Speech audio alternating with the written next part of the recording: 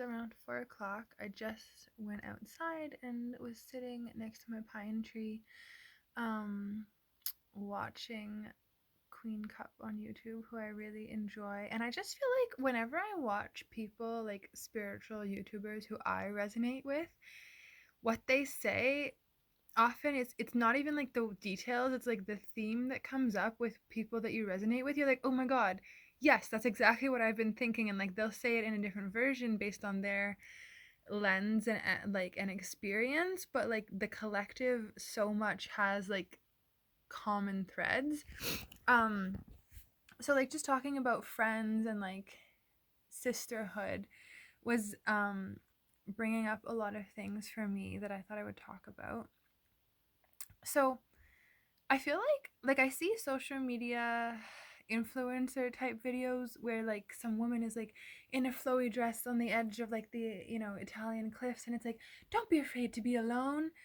Um like as in like it's fine to be alone and on your own. And it's like I understand that there's, like maybe some pressure on women to have a partner and a family, or like, like it's not good to be um dependent on people. But like humans are not meant to be alone. Like even the model that we have of like people going away for university and college and like thinking that they'll be fine because they live in a dorm, like it's not fine. People need help with food and like keeping their home place clean and like having people to talk to. Like we need each other. And so even to travel, I'm like, some people, sure, you can travel alone. Most of us would like need help carrying our bags, or like help, not even just like help, but like life is enriched by having people around you. And so like humans are not meant to be alone. We're meant to be with people that it feels good to be with.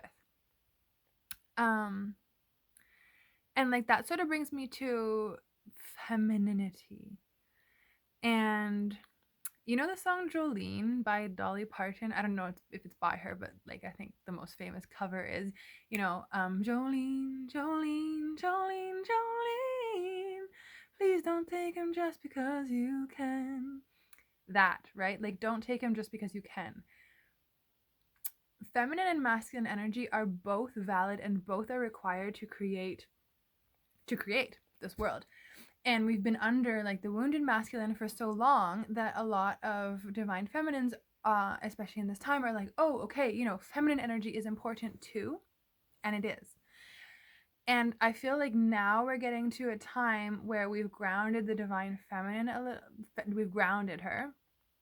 The divine masculine is starting to come in, and it's like, oh,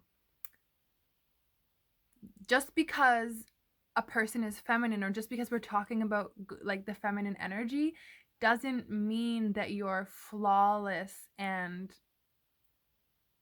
like have done all your work and are just perfect because you're a feminine being. There are shadows in the feminine consciousness about, working together, or like we have a lot to understand about the way that we present our bodies in the Western world, and like how we don't necessarily need to be jealous of other women if they receive, attention or this or that for the way that they conduct themselves. But we definitely like don't really work together as feminine energy beings, and a lot still has to be, like, we can, just like the masculines need to step up and need to evolve, the feminine can also elevate. And I feel like she's being called out right now, and that needs to start happening, especially when it comes to things like the way that we dress and the way that we interact in relationships. I think like the being put down as feminine beings and then being sort of given the energy that our sexual energy is our power has really messed with us, and we can misuse and like be massive energy distractions to masculine energy without really even realizing the harm that we're doing. um so yeah, that's one thing. And then I also feel like there's a lot to work on around mother energy. In my own life, I've really been like, I'm a Sagittarius and my mother's an Aries. So we're both fire signs.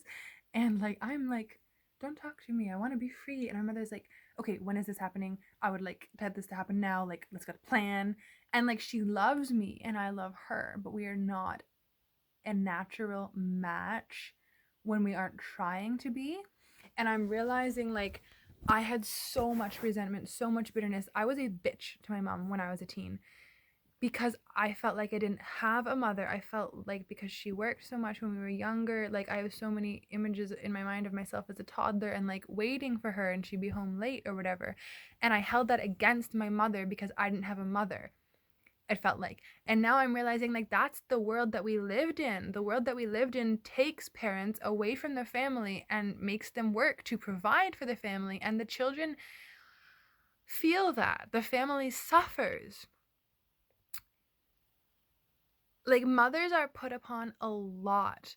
Like a lot of times mothers are the parent that stays and yet they can't do everything. And that's a resentment that can be held against them. Or like, yeah, I just feel like there's sort of a shifting consciousness around being the child in the family and realizing that your mother is not only the provider and the comforter and like the person who soothes you, because we want that and we are mad when we don't get that from our mother. Our mother is also a woman, a individual who needs things from the family as well. She needs her own space. She needs to be understood.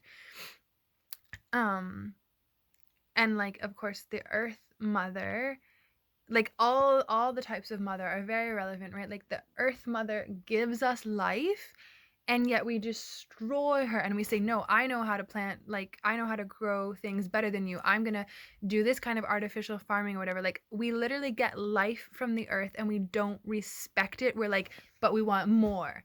And that's how a lot of us are towards our mothers. And so yeah, like sort of shifting consciousness around giving the mother much more respect.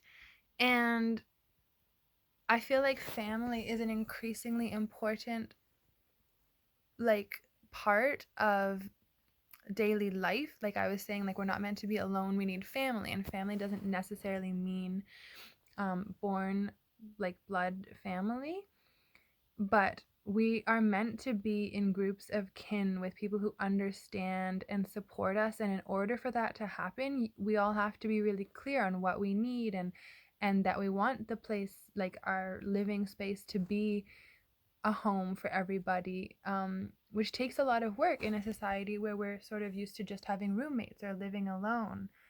But yeah, family doesn't need to only be blood, and like our friends are our family. But I feel like we're too focused on having friends who are like the same age as us, like to have fun with, and it's like, yeah, sure, you can have that, but like we're meant to have older people, like aunt and grandmothers and uncles and like step uncles and second removed uncles. Like we're meant to be part of larger circles and patterns and have these like older and younger support so that we have role models for what life will look like, and we're not bearing the responsibility on our own. Because I feel like a lot of times now, speaking as somebody, who lives in an urban setting, I'm 25, like I feel like a lot of times when you want to hang out with people, it's like, okay, like me, I'm gonna hang out with you, and that's like, what are we gonna do? And we have to like plan something to do, and it just feels very artificial.